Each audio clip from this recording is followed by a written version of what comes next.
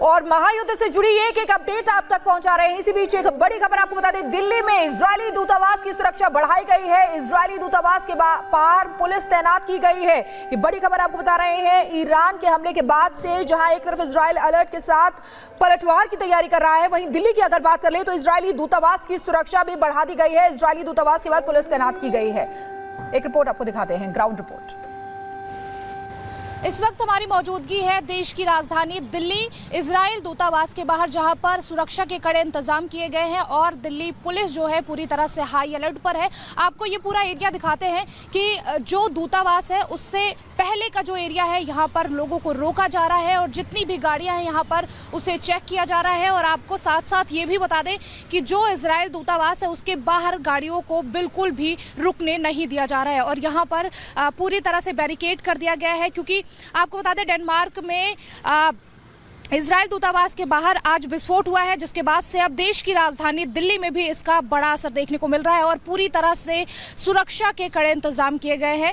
यहाँ पर कुछ मीटर का एरिया है इजराइल दूतावास का, जहां पर बैरिकेड किए गए हैं और आगे गाड़ियों को रुकने नहीं दिया जा रहा है और जितनी भी गाड़ियां यहां से आपको बता दें निकल रही हैं उससे दिल्ली पुलिस पूरी तरह से बारीकी से चेक कर रही है। उसके बाद इन्हें आगे बढ़ने दिया जा रहा है और पूरी तरह से एक एक गाड़ी जो है उसके शीशे जो है ओपन कराए जा रहे हैं और उसे चेक किया जा रहा है। इस वक्त आप इन तस्वीरों में देख सकते हैं किस तरीके से दिल्ली पुलिस पहले पूछताछ भी कर रही है और जो है गाड़ियों को चेक भी करा रही है, उसके बाद इन्हें आगे बढ़ने दिया जा रहा है। एहतियात के तौर पे यहाँ पर दिल्ली में जो सुरक्षा है वो सख्त कर दी। इस बीच बड़ी खबर आ रही है डेनमार्क से, जहाँ पर डेनमार्क में इजरायली एम्बेसी के पास धमाका हुआ है। इजरायली एम्बेसी के पास 2 धमाके हुए हैं।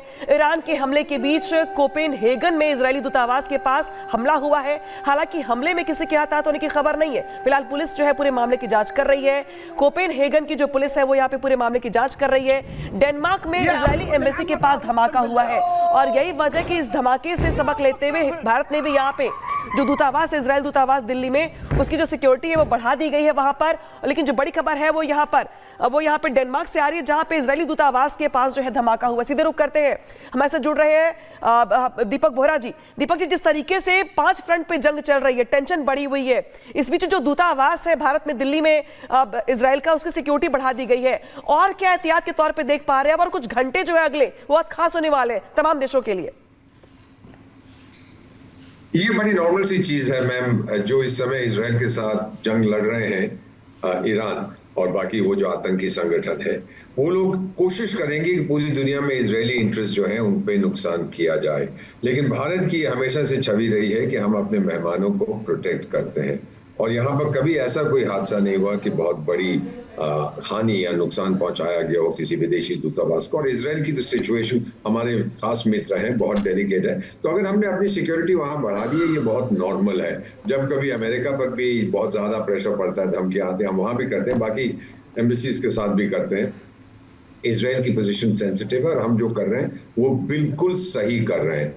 मेरा नहीं मानना कि कोई वहां पे हमला कर पाएगा, लेकिन मैम ये भी सही है कि भारत के जम्मू कश्मीर इलाके में बड़े प्रदर्शन हो रहे थे जब नसरल्ला मारा गया, जैसे किसी का चाचा है या भतीजा है या दामाद है या ससुर है, जो भी है, नहीं होना चाहिए था। वो चीजें डिस्टर्ब करती हैं और बाकी देश जो हैं वो देख के कहते हैं भाई यहाँ पर तो उसका समर्थन हो रहा था, अब पता नहीं ये लोग जो वहां पे प्रदर्शन कर रहे थे उनकी कितनी ताकत है। तो उनको फिर हमारे जैसे एम्बेसडर्स जो हैं हम रीअश्योर करते हैं कि डोंट वरी, हम लोग आपकी पूरी तरह से हिफाजत करेंगे और आपको सुरक्षा देंगे। फिर हमारा काम थोड़ा बदल जाता है, उनको रीअश्योरेंस हम देते हैं और जब वो देखते हैं कि पुलिस वहां तैनात है, पूरी तरह से वो सतर्क है, तो उनको भी फिर इस बात पे काफी उनको भरोसा।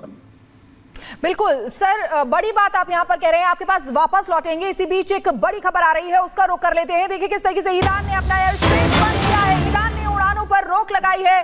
कल सुबह 5 बजे तक ईरान के एयर स्पेस बंद रहेंगे। बड़ी खबर आपको बता रहे हैं। देखिए किस तरीके से ये जंग आगे बढ़ती हुई नजर आ रही है। ईरान ने अपना एयर स्पेस बंद कर दिया है, ईरान ने उड़ानों पर रोक लगा दी है और कल सुबह 5 बजे तक ईरान के एयर स्पेस बंद रहेंगे। तो देखिए किस तरीके से आपको बता रहे थे कि डेनमार्क में इजरायली एम्बेसी के पास धमाका हुआ है। लगातार ईरान जो है वो जिसने मिसाइल अटैक किया है, अब डेनमार्क में इजरायली एम्बेसी के पास भी धमाका हुआ है। इजरायली एम्बेसी के पास 2 धमाके हुए हैं। वहीं इधर आपको बता दें कि ईरान ने अपना एयर स्पेस जो है उसको बंद कर दिया गया है।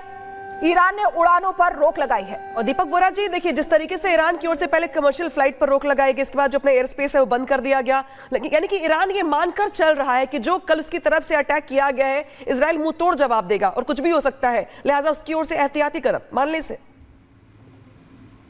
आपने बिल्कुल सही कहा है। एक देश अगर अपने एयर स्पेस को बंद करता है, यहाँ तो वो चाहता है कि जिस देश के साथ उसके संबंध ठीक नहीं है उसको पनिश किया जाए, ताकि उसको लंबा रूट लेना पड़े और ज्यादा खर्चा हो, एटसेट्रा एटसेट्रा। दूसरा, उसको डर लगता है कि क्या मालूम वो कोई जहाज भेजे कमर्शियल एयरलाइनर के रूप में या कुछ और रूप में और मेरे ऊपर हमला करे। पर ये मानना सही होगा मैम, जैसा आपने कहा है, ईरान इस समय डर गया है, इसीलिए उसके विदेश मंत्री ने कहा जी हमने जो करना था कर लिया, अब चलिए माफ करिए, बैठ के चाय पी दें। ये अब होगा नहीं, क्योंकि आपने इजराइल के ऊपर हमला किया है, इजराइल पूरी तरह से जवाब देगा। अगर तेहरान, ईरान अपने चमचों को हिजबुल्लाह, हमास, हूती फूती जितने भी उनको बताना चाहता था कि आप अकेले नहीं हैं, मेरे में भी क्षमता है आपकी सुरक्षा की, तो इजराइल कहीं ज्यादा अपने लोगों को बताना चाहता है, खासतौर से बेंजामिन नेतन्याहू साहब, कि देखिए हमारे पास पूरी क्षमता है, पूरी ताकत है कि हम भी बदला लेंगे और ऐसा बदला लेंगे कि फिर उस देश को उठने में काफी समय लगेगा। इजराइल का मेन टारगेट मैं बता देता हूं, सबसे ज्यादा डर उनको ईरानियन आर्मी से या हिजबुल्लाह से नहीं लगता, ईरान के न्यूक्लियर प्रोग्राम से लगता है। और सबसे पहले जैसे अगर अमेरिका भी शामिल हो गया और इजराइल की रक्षा में, सबसे पहले वो ईरान की न्यूक्लियर फैसिलिटीज को उड़ा देंगे वहां से कंप्लीटली, तब इजराइल अपने आप को पूरी तरह से उस इलाके में महफूज एहसास करेगा। और एक चीज और नोट कर लीजिए, जो अरब देश हैं, खासतौर से मोहम्मद बिन सलमान फॉर एग्जाम्पल, जो सऊदी अरेबिया के, उन्होंने क्या बोला है कि मुझे कोई लेना देना नहीं है सब कुछ से, मुझे सिर्फ अपने देश के बारे में सोचना। बहुत से अरब देश हैं जो बिल्कुल समर्थन नहीं करेंगे। बड़ी बात आप यहाँ पर कह रहे हैं, आपके पास वापस लौटेंगे, लेकिन सवाल यही उठा है कि क्या परमाणु प्लांट पर अब अटैक तय है, क्योंकि इजराइल के निशाने पर ईरान के परमाणु प्लांट है, ईरान के परमाणु कार्यक्रम के खिलाफ है इजराइल। ये बड़ी बात आपको बता दें, इजराइल ने कई बार ईरान पर साइबर अटैक भी किया है। 2020 में ईरान के परमाणु वैज्ञानिक फखरीजादे की हत्या भी की गई थी। इजराइल पर ईरानी वैज्ञानिकों की हत्या का आरोप लगा था। नेतन्याहू लगातार ईरान के परमाणु कार्यक्रम के खिलाफ रहे हैं, ईरान के परमाणु कार्यक्रम को खतरा मानता है इजराइल। तो देखिए किस तरीके से ईरान पर अटैक के मौके की तलाश में इजराइल इस समय नजर आ रहा है। तो सवाल यही बड़ा है कि परमाणु प्लांट पर अटैक तय है क्या? तो दीपक बोरा जी, सवाल यह है कि क्या परमाणु प्लांट पर जो अटैक है वो तय है, और क्या इसे ये भी मान लीजिए कि पहले इजराइल ने प्रोवोक किया ईरान को कि पहले वो हमला करे ताकि उसे मौका मिले पलटवार करने का, और पलटवार ऐसा हो कि बस पूरी दुनिया देखती रह जाए। तो यहाँ पे जरूर दिखाई दे रहा है, लेकिन जब अगर ईरान की ओर से हम देखें तो ईरान ने साफ साफ चेतावनी दी है कि जो यूरोपीय कंट्रीज है वो इजराइल को रोके वरना तबाही तय है। ये उनकी ओर से चेतावनी, अल्टीमेटम है। क्या इस अल्टीमेटम को कितना गंभीर माना जाए? मैम, दिल से कुछ कहना चाहता हूँ, you are brilliant, you have completely understood the situation. Iran फंस गया है, इजराइल ने चक्रव्यूह बिछाया है उसके लिए, उसमें फंस गया है। यूरोपियन देशों को कह रहा है इजराइल के लोगों को, नहीं तो तबाही। क्या तबाही? यूरोप पे हमला करेगा, अमेरिका पे हमला करेगा, और किसी देश जापान पे हमला करेगा, ये कहने की बातें हैं, लेकिन वो फंस गया है, वो डरा हुआ है मैम। और वो मुल्ला जो वहां रेजिम है, उनको मालूम है कि अगर ये जो यूरोपियन देशों ने कितनी निंदा की है ईरान की, जर्मनी ने की है, ब्रिटेन ने की है, यूनाइटेड स्टेट्स को कह रहे हैं कि अगर इन लोगों ने हमला किया, ईरान कुछ नहीं कर पाएगा। अगर कुछ लोग कहते हैं रूस कूद पड़ेगा, रूस क्यों कूदेगा? चाचा है, उसके भतीजा है, उसके ससुर है, उसके दामाद है, नॉट इंटरेस्टेड। रूस कुछ नहीं करेगा, वो देखेगा ईरान खत्म हो गया, चलिए कोई बात नहीं, खत्म हो गया, रेजिम चेंज हो गया, बहुत अच्छी बात है।